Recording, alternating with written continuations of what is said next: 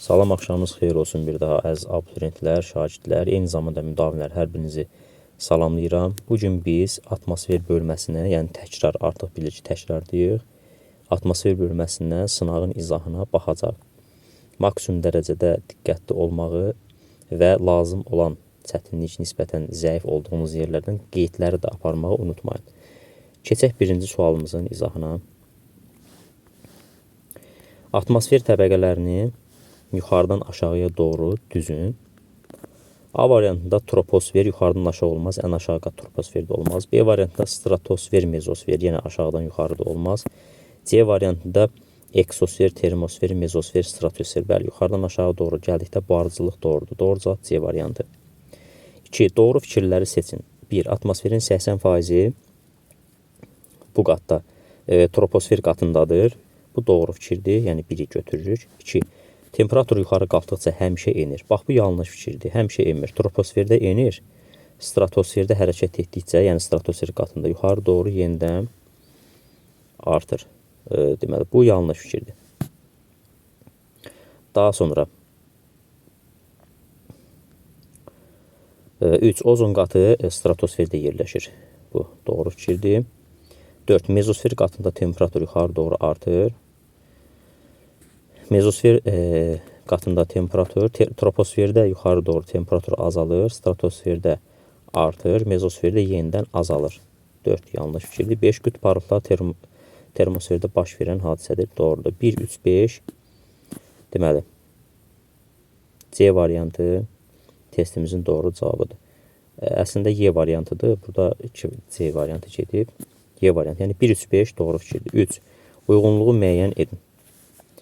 Troposferdə yuxarı doğru təzyiq azalır. Bu doğru fikirdir, amma yanlış verilib. Deməli, uyğunsuzdur.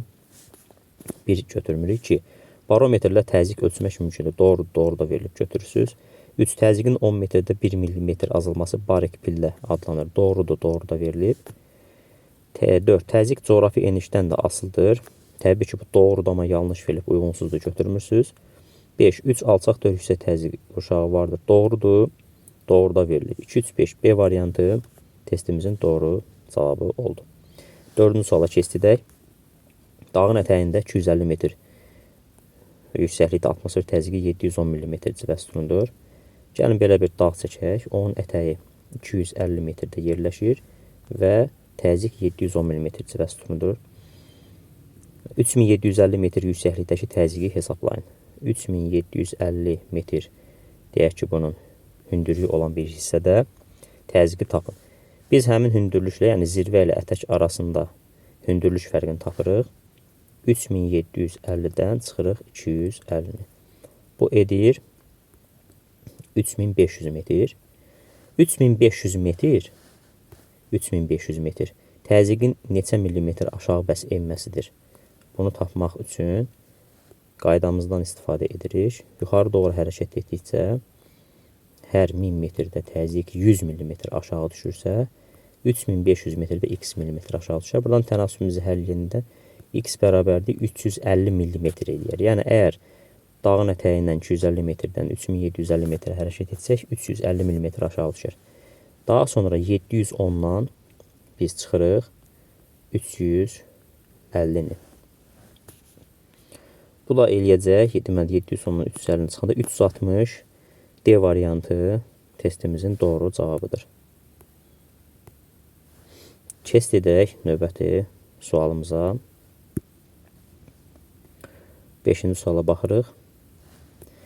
Bizdən soruşur ki, yanlış olmayan fikirləri seçin. Yəni, bizdən doğru fikirləri soruşur.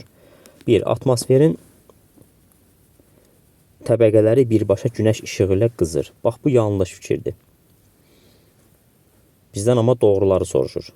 Kənara yazırıq, yanlış olmayan fikirləri. Atmosferin təbəqələri birbaşa günəş işığı, yer səthi qızı, daha sonra atmosferin təbəqələri qızmağa başlayır. Ona görə troposferdə temperatur digər nisbətən, yəni troposferdə temperatur yüksəkliyə doğru azalır. 2. Bulutlu havada düz radiasiyanın miqdarı azalır. Bu təbii ki, doğru fikirdir. Bunu götürürük, yanlış deyil. 3. Səpələnən radiasiya tropik enliklərdə üstünlük təşkil edir. Xeyr, bu yanlış fikirdir. Burada düz radiasiya. Tropik enliklərdə səpələnən radiasiya Yox, düz radiasiya. 4. Qütblərdə əks etdirmə qabiliyyəti yüksəkdir. Doğru fikirdir. Daha sonra 5.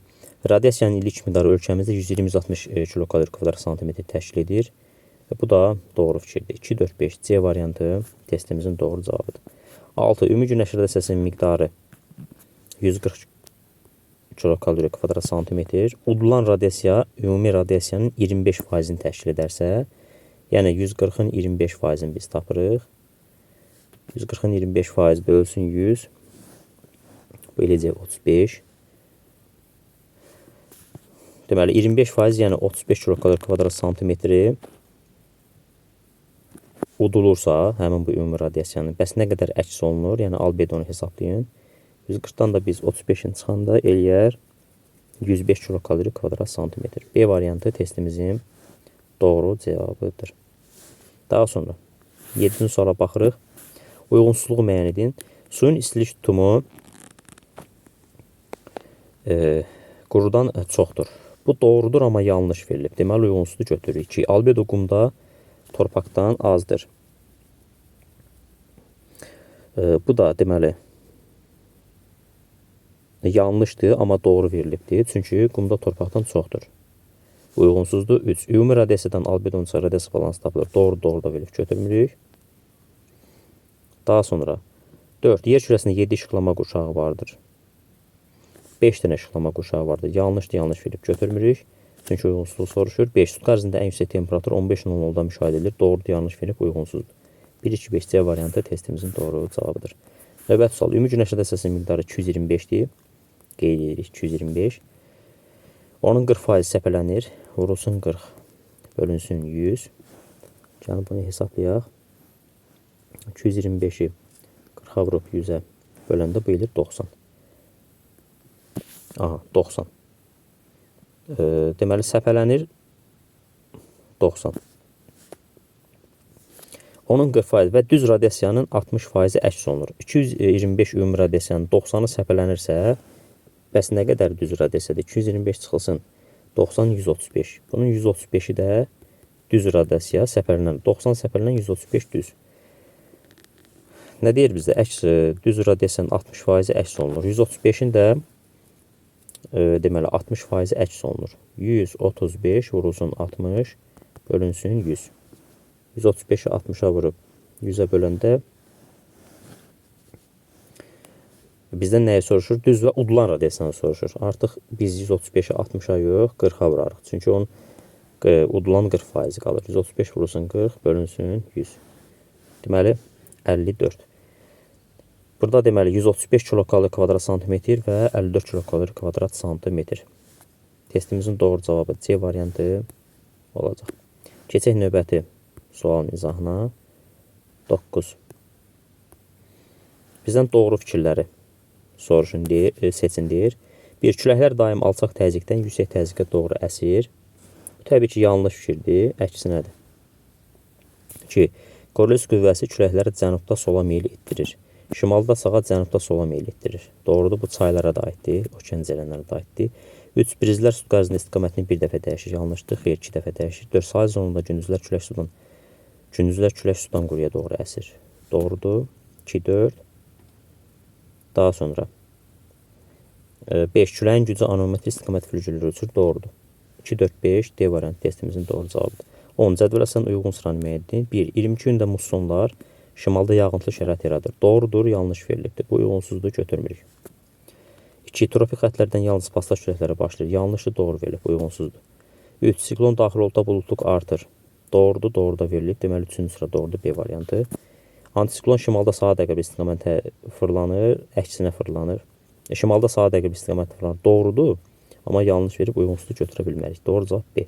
11. Siklona aid olan doğru fikirləri seçin. Qütblərdən mülayimə doğru sürətlə hərəkət edir. Bu yanlışdır. Siklonlar qütblərdən hərəkət etməz ki, tropik siklonlar kiçik olsa da sürətli və güclü olur. Bax, bu doğru fikirdir. Niyə? Çünki demişdik, tropik enişlərin yaranan siklonlar mülayim enişlərin siklonlarına nisbətən kiçik olsa da sürətli, güclü olur, dağıdıcı olur. 3. Mülayim siklonlar yalnız cənubda müşahidə edilir. Təbii ki, yanlışdır. Daha sonra 4. Tayfunlar əsasən rütubətli şərait yaradır. Bu da doğru fikirdir. 2, 4. 5. Şimalda siklonlar saat əqrəbi əksinə həvırlanır. Bu da doğru fikirdir. 2, 4, 5.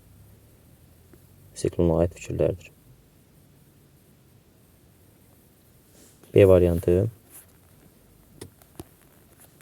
doğru olacaq. Növbəti suala keçirdək. Uyğunluğu müəyyən edin. Barometr təzyiqi ölçər 1-ə B, anometr küləyin gücünü ölçər 2-yə C, flüger küləyin istiqamətini ölçər 3-ə A, 1B, 2C, 3A, termometrdə temperatur ölçər D. C variantı doğru cavabdır. Temperatur 30 dərəcə Selsius 1 kub metr havada 18,5 qram su buxarı olarsa nisbi rütubət neçə faiz olar? 30 dərəcə Selsius 1 kub metr havada 30 qram olur. Biz bunu 100% götürürük. 18,5'i x faiz götürürük. Buradan x bərabərdir. Yəni 30'u 18,5'i 100'ə vurub 30'a böləndə deməli eləyir 61,6%. Yəni nisbi rütubət 61,6% eləyir. A variantı. 14. Dağın ətəyi dəniz səviyyəsindən 250 metr. Yenə dəniz səviyyəsindən 250 metr hündürlükdə və temperatur 17 dərəcə Selsiusdir. 250 metr hündürlükdə. Zirvə ilə ətək arasında 2750 metr fərq var. Deməli, zirvə ilə ətək arasında, bu da zirvədir, deyək ki, 2750 metr fərq var. Zirvədəki temperaturu hesablayın. 2750 metr məsafədə temperatur nə qədər dəyişir, onu tapmalıyıq. Deməli, 1000 metrdə bilirik ki, 6 dərəcə dəyişir. 2750 metrdə x dərəcə dəyişir. Buradan 2750-ni 6-ya vurub biz bölməliyik 1000-ə. Beləcə 16,5 x bərabərdir 16,5. Deməli, 250 metr hündürlükdən, dağın ətəyindən zirvəyə hərəkət etsən, bu istiqamətdə temperatur 16,5 dərəcə aşağı düşəcək. Daha sonra nə edirik? 17-dən də çıxırıq 16,5'i. 17-dən də 16,5 0,5 dərəcə dağın zirvəsində temperatur olacaq. D variantı. 15. Doğru fikirləri seçin deyir. Leysan yağışlar uzun müddət davam edir. Yanlışdır. Buluddan düşən yağıntılar Şeyx Qurov aiddir. Yanlışdır. Havadan düşür. Enən hava yüksək təzyiq və quru şərait yaradır. Doğrudur. Temperaturun nisbi rütubət tərs mütənasibdir. Temperaturun nisbi rütubət, bəli. Bir artanda bir azalır. Doğrudur. Ortadağlıqda yağıntı miqdarı çox olur. Doğrudur. 3, 4, 5 B variantı. İllik yağıntı miqdarı rütubətləmə əmsalına aid bir məsələdir. 680, buxarlanma qabiliyyəti 1360 mm olarsa rütubətləmə əmsalını və yaranacaq təbii zonanı tapın. Biz bilirik ki, rütubətləmə əmsalının bərabərdir. Yağıntı bölünsün, illik yağıntının miqdarı bölünsün. İllik buxarlama mümkün buxarlanmaya.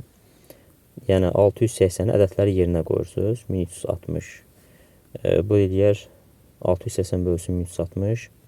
0,5. 0,5 rütubətləmə əmsalı olan ərazilərdə deməli səhra yaranmaz. 0,2 və ondan az olanda yaranardı. Çöl təbii zonası yaranar. 0,3-dən 0,6-ya çöl təbii zonası yaranır. B variantı testimizin doğru cavabıdır. Növbəti suala keçidirik. 17. Səbəb nəticə əlaqəsinin düzgün verildiyi sıranı seçin. Materik daxili mövqe nəyə səbəb olar? İqlimin kontinental olması. Bu doğru fikirdir.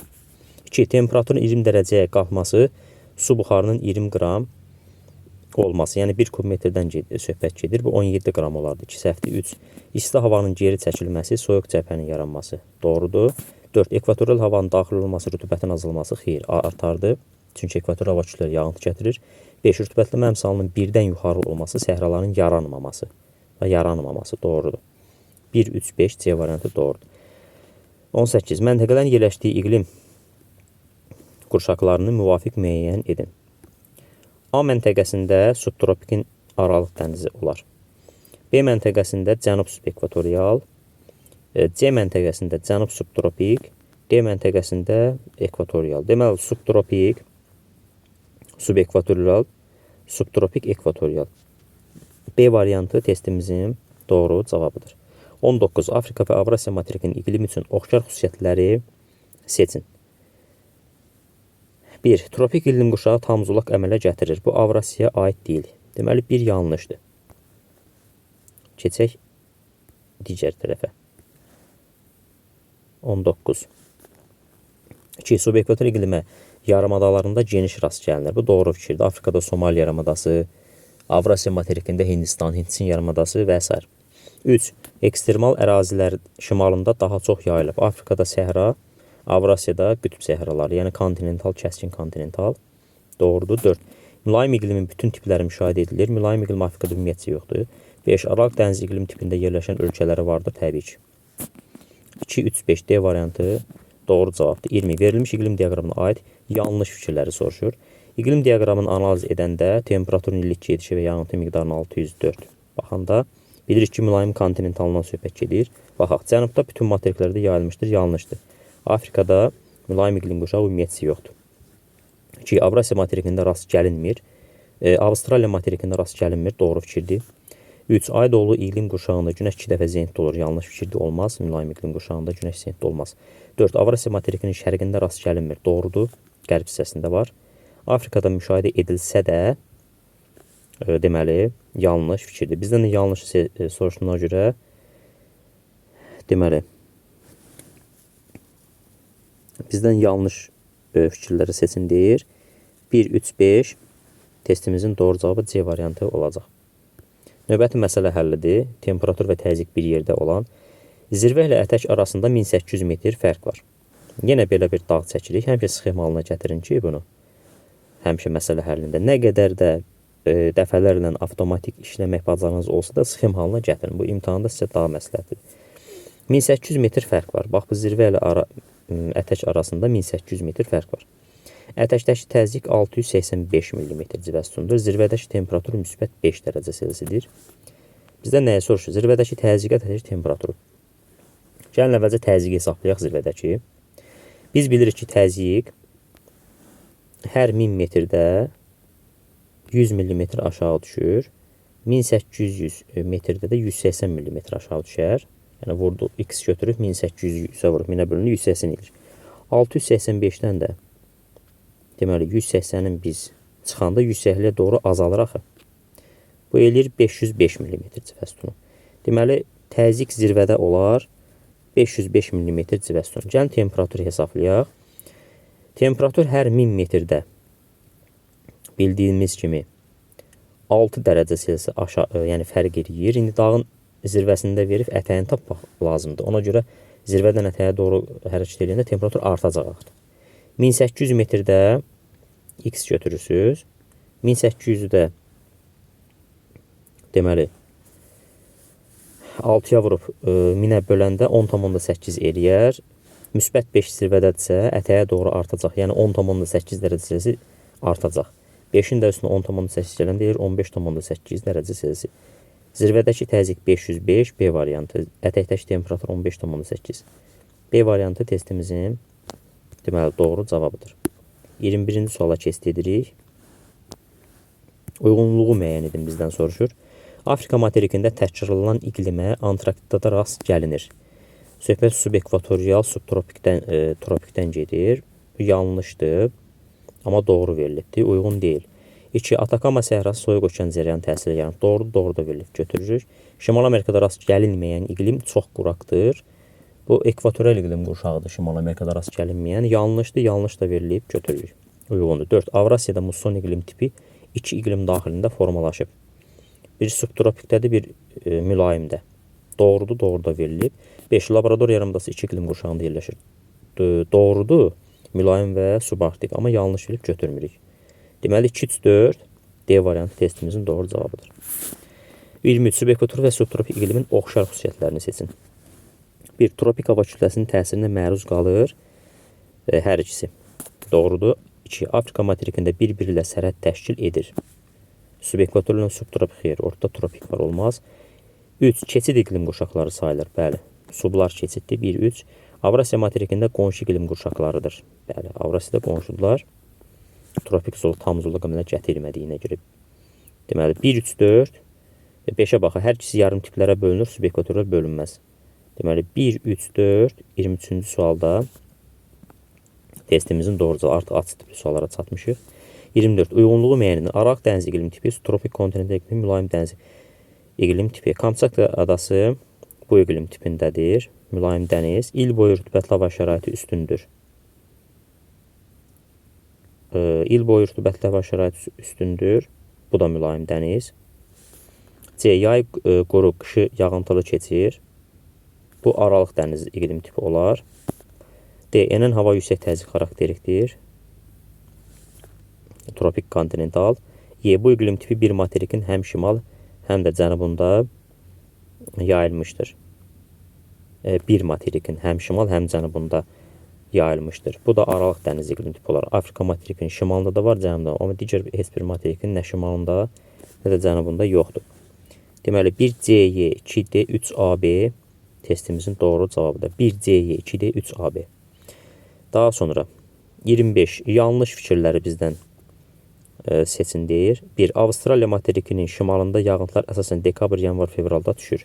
Yəni cənub subekvatorialdır. Cənub subekvatorialda yayı ekvatorial, yəni yayı dekabr, yanvar, fevraldır. Bu doğrudur. Götürmürük. Bizdən yanlışları soruşur. 2. Cənubi Amerika materikində ardıcıl 3 iqlim təkrarlanır. Bu yanlış fikirdir. Subekvatorial təkrarlanır. Ardıcıl 3 iqlim təkrarlanmaz. 3. Somali yarımadasında suvarı məhsən yayda ehtiyac duyulur. Bu da yanlışdır. Somali yarımadası şimal subekvatorialdır. Yayda ekvatorial hava kütlələri təsirinə məruz qalır. Suvarmaya qışda ehtiyac olur. 4. Muson küləkləri Hind-Çin yarımadasında yayda yağıntılı şərait yaradır. Doğrudur. Götürmürük. 5. Mülayim kəskin kontinental tipi şərqi Avropa düzəndə geniş yer tutur. Yanlışdır. Bunu götürürük. Kəskin kontinental yox, kontinental. 2-3-5 testimizin doğru cavabıdır. 26. Avstraliya materikində aralıq dənizi subekvatorial tropik və rütubətli iqlimə rast gələn məntəqələr müvafiq seçin. Deməli, bizə birinci aralıq dəniz lazımdır.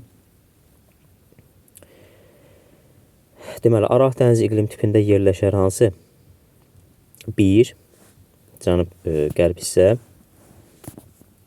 Daha sonra bizdən nəyi soruşurdu? Subekvatorial 2. Sırala müvafiq olaraq deyir. Tropik 4. Təbii ki, kontinental tropik. Materik daxili mövqidir. Ona görə bərabər rütubətli də 3. 1, 2, 4, 3 testimizin doğru cavabıdır. Situasiya tipli test tapşırıqlarına gəldik çatdı. Baxaq. X materiki 2 yarımkürədə yerləşmir və soyuq cərəyan təsiri ilə yaranan səhraya malikdir. Materikin təşkil iqlim qurşaqları şimal hissəsində cənuba nisbətən az sahə tutur. Mülayim iqlim yalnız cənub hissəsində formalaşıb.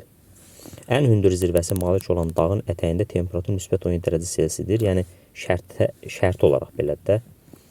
Təbii ki, fərqli də ola bilər real həyatda. İndi məsələmizin şərtinə əsasən.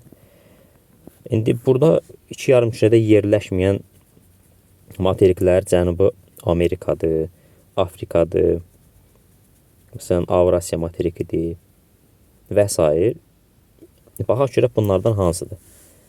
Soyuq okean cərəyan təsiri yaranan səhraya malikdir deyəndə artıq Cənubi Amerikanın Afrika bizim üçün qalır. Təkrarlanan iqlim qurşağı şimal hissəsində cənuba nisbətən az sahə tutur.